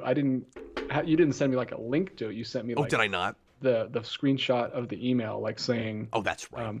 What it was. So I don't know exactly what it is, but you immediately said, I'm creeped out. Never mind. I was creeped out by it. Yeah. I'm just gonna type Captain Logan and see what it comes up with. Dude. Artistic portrait of Captain Logan. What's the fame threshold for this thing? Let's find out. Oh, there he is. There you are. Perfect. Right, it looks just like me. Nailed it. If I was in a PS4 game. Commander Widow's Peak. There he is. I don't have one of those. The AI says you do, so we gotta take our computer overlord's word for it. Okay, let's move right along, folks. All right, John Ty. Which would you call entertainment that came out in the 2000s through the 2010s old nowadays? I mean, it doesn't feel old to me, but if kids look at it and use the word old, that's not incorrect. You know what I mean? Well, that's you're talking to a man who played in the old person basketball game this weekend. That's exactly right. Yeah. That's a very generalized word, right? It's a really ambiguous word. It's the most relative word. It's well, so super relative words. Old, I had other things. I've got to get this Widow Peak off my screen. It's really distracting me. No, it's making you forget all the words. Yeah, I like brilliant, greatest of all time. There are a lot of words we throw around that are too extreme or just too ambiguous. But if I was 18 right now and I looked back at stuff that I think of right now as just a few years ago, but I have to admit that they were 20 years ago, yeah, that seems relatively kind of old. But then even then, it's not just relative to when you grew up, but also just your attitude on life and the way you're raised and stuff too, because I grew up with a lot of entertainment from before my time. So like Andy Griffith's show didn't feel as far away as it should have. Because I grew up with that show. That kind of thing. Yeah, it's very weird, especially in the space I'm in now and my interests, when people are like, "Oh, I don't like old movies." I'm like, "What does that mean? What the heck do you mean by old movies?" Like, is an 80s movie this in the old movie category as much as like silent film is in the old movie? Like, what is your category of old movies? It's so weird. What's your year threshold? I mean, is it just I don't like things that came out before 5 years ago? Because like that's a shame. That's unfortunate, especially if you're only watching really, really mainstream stuff. Because what happens is people will have a skewed perspective, and I'm sympathetic to it, but there's just a lack of education and a lack of perspective, where you'll not realize, like a young kid or a young adult won't realize that a lot of the things that they're looking at are super derivative or just remakes of things that were original, 20, 30, 50 years ago. And sure, there was plenty of that going on when I was growing up too. Nothing like to the degree we have it now. So like you're looking at, again, especially if all you look at is mainstream stuff. Like if all you do is look at like smaller art house films, or you're looking at movies and TV shows that come out on streaming services, some of which actually, quite a few of which actually are original ideas in the first place, then yes, I can maybe see a person saying, I like modern sensibilities and brand new things that are happening now before I care about looking at like my dad's entertainment. But if most of what you're watching is remakes and decades later sequels of things that you don't even realize that that's what it is, that's unfortunate, because a lot of it is just watered down regurgitation. Yeah, but no, I don't consider 2000s to 2010s entertainment old. But I don't know what I don't know. I guess I don't refer to any entertainment that way. So I guess I wouldn't. I don't know. Yeah, if I say I'm gonna watch an old movie, it probably, and again, this is just me, this is just my perspective, it's probably either black and white or pre-60s. Yeah, like that really old movie, Return of the Jedi. and that's not me, and if I ever do throw that term around, DJ, it's not because I'm like lamenting having to go back that far or going, oh, ooh, old movies. It's actually the opposite. It's actually like, I need to watch more things from before my time. A lot of the time it's like an academic exercise where it's like, I want to sit down and watch old things, meaning stuff that is kind of formative for the culture that I don't even realize matters, or just, you know, wonderful pieces of art that I've not experienced or didn't even know about. Like, it's the opposite of disparaging for me when I say old. I feel like I need to be looking at more old things. You see what I'm saying? Yeah. That's the only time I use that. That makes sense. Or when you're describing a basketball league. Goofster 1235. Real quick, but I will say, Sure. 80s movies, even some 70s stuff, does feel closer in time to me now than movies that were that age when I was a kid, if that makes any sense. So even like some 35, 40-year-old movies don't feel as far away to me as 35, 40-year-old movies did in, say, 1992. Some of that is because I mean, technology is changing all the time, of course, but some of it is, you had huge, massive strides in special effects that were happening on an almost year-to-year basis through a couple of decades, especially, and it doesn't at least feel like you're seeing that as much, but like that glass ceiling is not as far away as it was. There are some things that it feels like we've kind of been doing the same way for a lot longer now, and so I think that's part of it. Where it's like, you know, how long have we been doing a lot of special effects in a computer with CG? And like, yes, that is changing and evolving, but you had with like big special effects movies and sci-fi stuff, between like the way you'd make a thing in 1981 versus the way you'd make it in 2001 would be completely night and day. And the way you'd like in I don't know, with miniatures and trying to create, like, you know, planet landscapes or spaceships or whatever it is, like we saw an evolution with Star Trek, for instance, with spaceships, where in 1991 we're still building models and everything is a model, and by 2001 we're not using any model work at all anymore. And then look at 2001 to 2021 and how much of the special effects are more or less made the same way. Like, there are strides, there are differences, absolutely, but it's all in a computer. Like it's made the same way, but it just gets better. Well, and that's because of the 80s, like 90s to 2000s was a big transitional period. So you have those transitional periods where things changes a lot.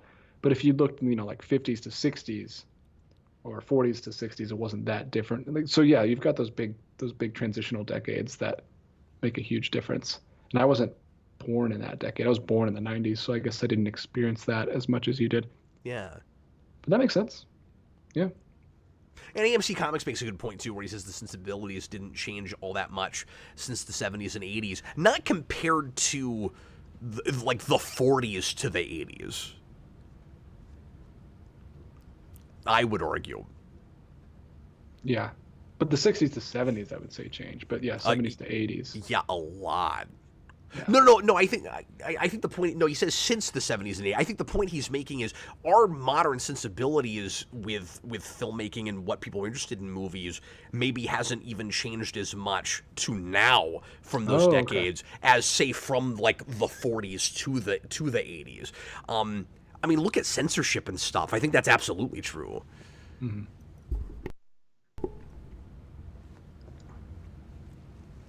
So Goofster, 123, $5. Are you interested in Bendis's graphic novel memoir on the Spider-Man musical? I forgot all about that. Yeah, I mean that sounds fascinating. I can't even get that word out. That's insane that's happening. No, I'll try to read that. Absolutely. Is it an actual memoir that he's just writing as a graphic novel? Like, was he involved in that musical, or is it in universe? I don't know. I've got to look into it. I heard about that, but I don't know what exactly it is. Yeah. Weird. That sounds interesting. I didn't know that he had anything to do with that if he did. Yeah, I can't tell if he's just writing a Spider-Man story that has the musical like in it, or if he actually was involved and he's writing about. I don't know. It can go either way, I guess. People know. Let us know. Senior Sticks, $2. When do you get Shadow Legends and Shave Club sponsors? Yeah, I don't. I'm staying away from and I've had. If you guys don't know, Cap was just talking to me about Raid Shadow Legends right before we went live. He's all excited about it. No, he loves it. I have been approached by them like every single YouTube channel that's over a certain subscriber threshold, and yeah, no, I don't have any interest in doing that. I'm not gonna get a sponsor that's for a thing that I don't care to do, and I don't really play phone games that much. And also, that's kind of a butt of jokes now, where I don't know that anybody plays that. I think more people are trying to get people to play that through YouTube endorsements than are actually playing that game. Yeah, I see a lot of those. And yeah, and not Dollar Shave Club. What's the other one? I can't remember. Manscaped. Manscaped, yeah. Yeah. Good times. Well, read Shadow Legends. That's when you know you've made it. Yeah, they tried, but no, I didn't have any interest in that. Yeah, I've passed up a lot of that kind of stuff. I don't know. It's got to really be like super related to what we do. And there's been a couple. And as you guys notice, I don't do a ton of sponsorships. I'll occasionally do one if I think it's really cool and you guys might care about it. And I like to help my friends out, so that's why I'm doing the one with Elmo. But there was one DJ, I'll tell you guys about this real quick, that I meant to respond to, and I got busy and I forgot, and then time got away from me and I couldn't do it, but I kind of wanted to. There was a Kickstarter for a remote control light up Batmobile. Like, they got DC license for it, and it looked like the coolest toy. Just the things that thing could do. It was really neat, and I was like, oh, I forgot to do this. It would have been a lot of fun to get my hands on one and shoot a commercial. I should have done that one. Yeah, I'm of course, I don't think I'm anywhere near that level on my channel yet, but I would like to get to the point. I'm just jealous of the other physical media channels that they studios just send them crap. Yeah. Just to show it. I'm like, well, that would be nice. I wouldn't have to buy the movies. Yeah. It's not like it's a different kind of thing. It's not like a sponsored product. It's just like, hey, you might have bought this anyway. We'll send you one and you can just review it. That would be cool. But I also worry that I would get to a point where they're sending me stuff that I don't want, and then I'd have to go through the trouble of selling it, and that would kind of be a pain. So yeah, or they would expect you to review stuff that you had no interest in talking about. And yeah, I've never pursued that real hard. I've done it with comics here and there. It's been a long time, but I used to get comics from especially independent publishers sent to me quite a bit, but I haven't done that in a while.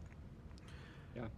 Because I'm not the kind of collector who just wants to amass as much stuff as possible and stick on the shelf. I actually like to, as they say, curate my collection and like the stuff that's on my shelf. So I don't know what I would do with all the stuff they sent me. Like if they sent me horror movies, I'd be like, I did find. Here you go, half price books. But again, if they sent you review copies of stuff, they would expect you to talk about it. So, but I think a lot of channels. I don't know how it works. I follow these TikTok channels where all she does is like say, "All right, Sony just sent me this," and then she takes it out and then she shows the cover of it, and then that's the video. That's it. Like she doesn't even do anything. I don't know what they expect. Well, I'm not sure. Like it depends on the company. I'm not sure how much they like check up on it and see what you actually did. Yeah. Yeah, I don't know. I imagine they're sending out so many that they don't have time to check every person they send one to. I don't know how it works. I did find that if I was a like regular book reviewer, I could get a lot of review copies for books because I did one of those once, and I was like, oh, there's like That's cool. in publishing, it's really easy to sign up for review copies for things. Oh, cool. Senior Stick says, DJ, do a Raycon sponsorship. That's the other one. And Vessies, those waterproof shoes. There's a bunch. We can make these jokes all day. Yeah, yes, we can. We all watch YouTube. But the joke's on those companies because they are paying these people to do those things, and I don't blame them for getting paid, I guess. But yeah, I don't hold it against them. I don't even, because there's the joke is like, no one actually believes that what you're saying. They know you're reading a script. No one's tricked by the fact that you're saying all these good things about it. Like they can tell you're reading a script. Everyone does it. So I don't get mad when I see people do sponsorships. I don't care. Like the traveling meal ones where it's like, I just had lunch from this place today, and I'm like, I don't know about that. Yeah, I love it when I listen to the Always Sunny podcast, which I've mentioned a couple times, and that you can tell they're reading it, first of all, because it's a video podcast and they're literally reading the script. But even if you're listening to the audio version, you can tell they're reading it for the first time because they'll be like laughing as they're reading it because it's so ridiculous. It's hilarious. But they keep sending the sponsors to them, so yeah, they don't care. Jokes on the companies. Okay, we've got 10 minutes left of the show. How many super chats are left, DJ? Just 2. Let's knock them out. All right, cool. Let's do it. DJ's like, I'm ready to go home. Oh, good, I live here. And I will for the next 10 years, Mutale. Philip Kelton. 7. You only have to do it for 7. Well, tell my mortgage company that. So I like the trailer to the new TMNT, but it did get me thinking, not against redesigning April, as it seems like a tradition at this point, but she does kind of look weird anatomically wise. Anatomically wise? I don't know why. Does she have a big head and a tiny body? I didn't really notice that, if that's the case. I'll go back to her design. We'll see what's wrong with April's anatomy. You know what's another relative word? Weird. Yes. Weird. Sorry about that. Yeah. Weird is a very relative word. That's true. Like, why does she look weird? It's a cartoon. They all look kind of cartoony. Remember, everybody, it's a cartoon. I'm looking for April. Oh, well, now I just got her face huge in my screen. Hang on. Ah! Oh, so weird. Yeah, look at that weird face. Sorry, I don't mean to make fun. I just don't know what you... Oh, hey, there's our Still a Bebop and Rocksteady. Oh, there they are.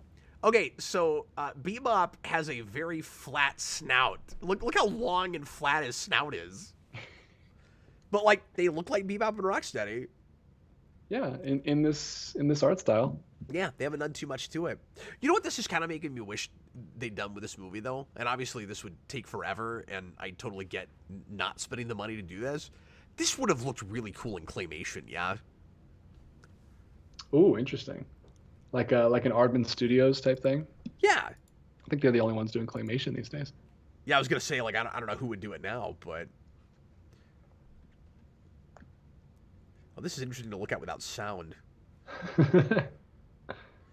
Yeah, I just Googled a picture of her. I mean, she's a little more rotund, if that's what he's talking about. Yeah, she's supposed to look like kind of a little overweight. Yeah, I don't know what he means anatomically. But again, she kind of looks like she's made out of clay. But I mean, what do you expect? Like, she's a kid. We're not going to make her like all busty and fit like the 80s show. Like, that would be weird if she was like super attractive cartoon child.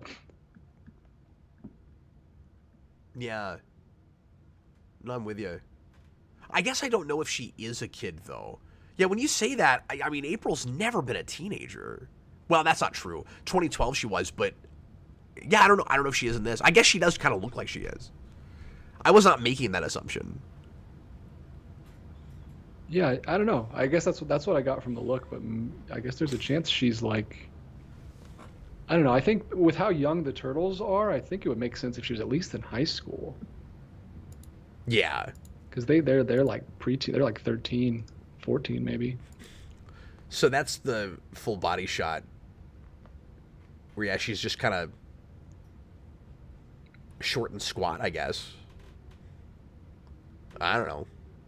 I don't know. It's a cartoon. I mean, Kingpin looked outrageous in Spider-Verse, and I still love that movie. I don't really care what the... Did Kingpin make you outraged? You look like a mattress, but it was still a great movie. Did you say you looked like a mattress? And a mattress as the Kingpin. All right, did we have another super chat? We have one more from Are Phil we Kelly. going to end on Weird Anatomy for April O'Neil in the Ninja Turtle movie? Philip Kelton also has a super chat. The way you deal with that kind of clickbait articles is the same way the Simpsons deal with the advertisement monsters in the Halloween special. And hold on while I get Austin on the phone to explain what that means. I was going to say, I'm sorry, read that one more time. My head is not in that space right now.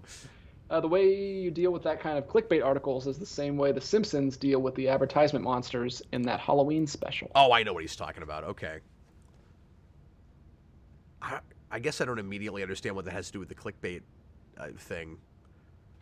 But we've been doing the show for 2 hours, and clearly I've already lost it.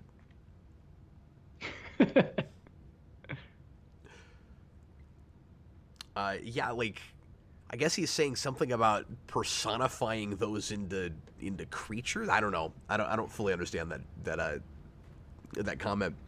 Okay, anything else you see that that you really want to talk about, DJ? Before we head on, because we've still got about 5 minutes left if we want to use it. I'm not seeing. It's mostly just Spider-Verse and Mutant Mayhem talk in the chat currently. Would you like me to go back to a earlier show? I don't have a problem with that. Robert Wild says animated movies like this and Spider-Verse are going to be more timeless in my opinion since they aren't trying to look realistic. I think I agree with that. It's better to go stylized like that. I always like. I think the soundtracks could date them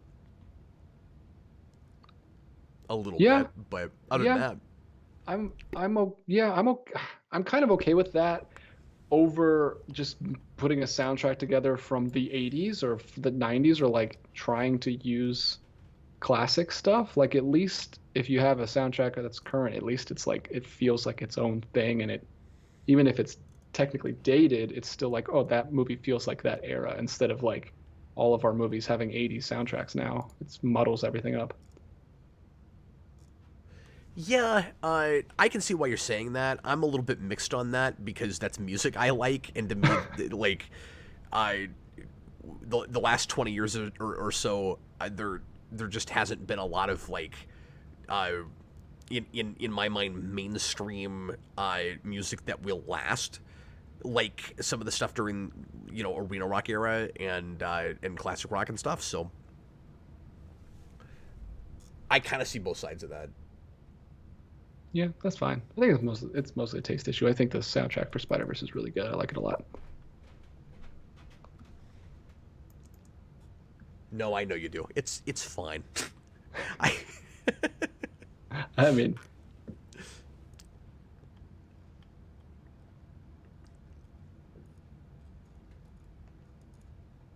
anyway, do you see anything else you wanna hit real quick? yeah, I can go back to a pre-written if you would like. Daniverse left a couple at the beginning for us. I don't know if we've tackled this. I'm sure we've tackled this before, but he wants to know if we've ever had a bad theater experience. He said there was a bunch of annoying girls one time when I went to see Insidious 2. That's very specific. Yeah. Yeah, we've talked about bad theater experiences a lot in the past. I tend to excise them from my mind so I don't have to. Yeah, that's the beauty of it. I don't remember them. I know I've had them, but I don't remember any that come to mind. Oh crap, we just got 2 super chats. Not oh crap, thank you. But I just mean, let me jump back over there. Robert Wild says TMNT 80s theme versus Turtle Power, which is better? Ooh.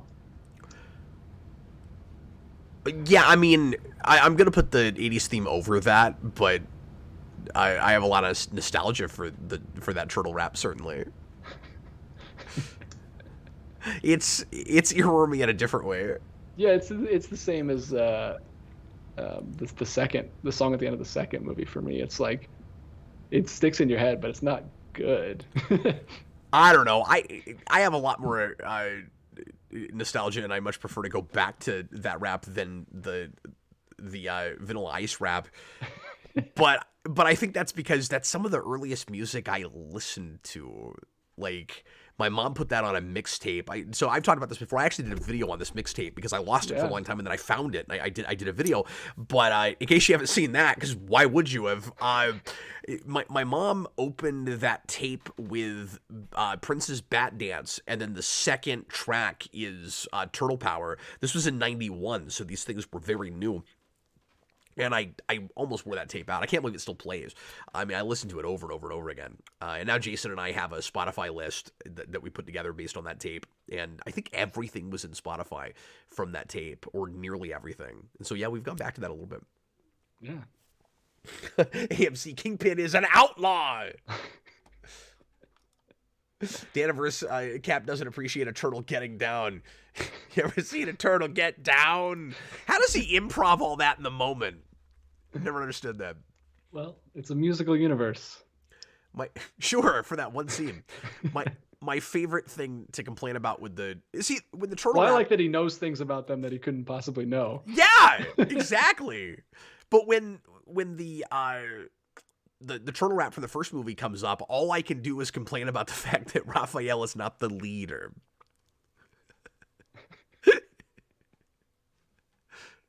Because for some reason he has that lyric. Raphael is the leader of the group. And I'm like, no, he's not. I don't understand. Well, they didn't give him a full script. He just looked at concept art and wrote the rap. We got one more super chat from Philip Kelton.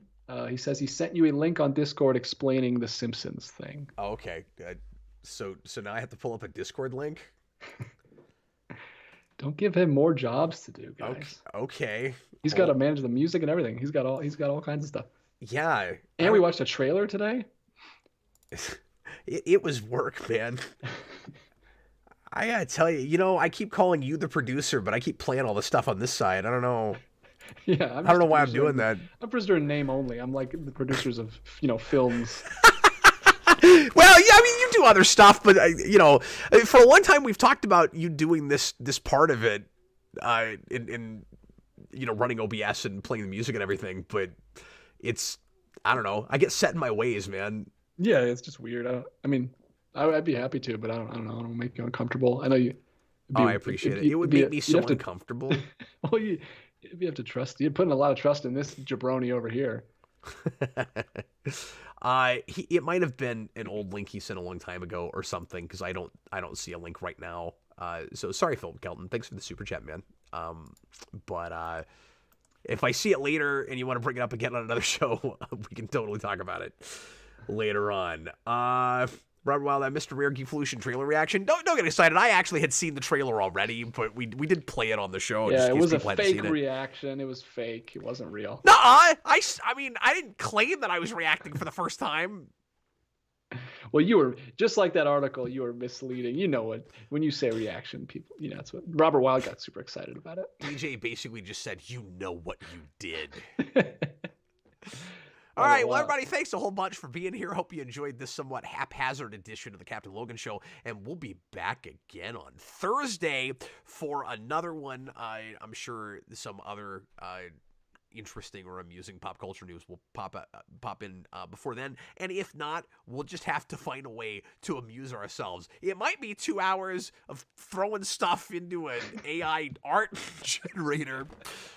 But anyway, thanks again, guys. I hope you had a good time with us, and we will see you again real soon. Tomorrow night, Austin and I are going to be doing a Far Sector. We're going to be reviewing that 12-issue Green Lantern series from DC's Young Animal, so look forward to that. And, yeah, we'll see you again real soon. I was Captain Logan. This was DJ Martinez. So long, everyone. Later, folks. Bye, everybody. Oh, see, this is why I need a producer that actually does this part. It's like, where is it? I've got too many screens.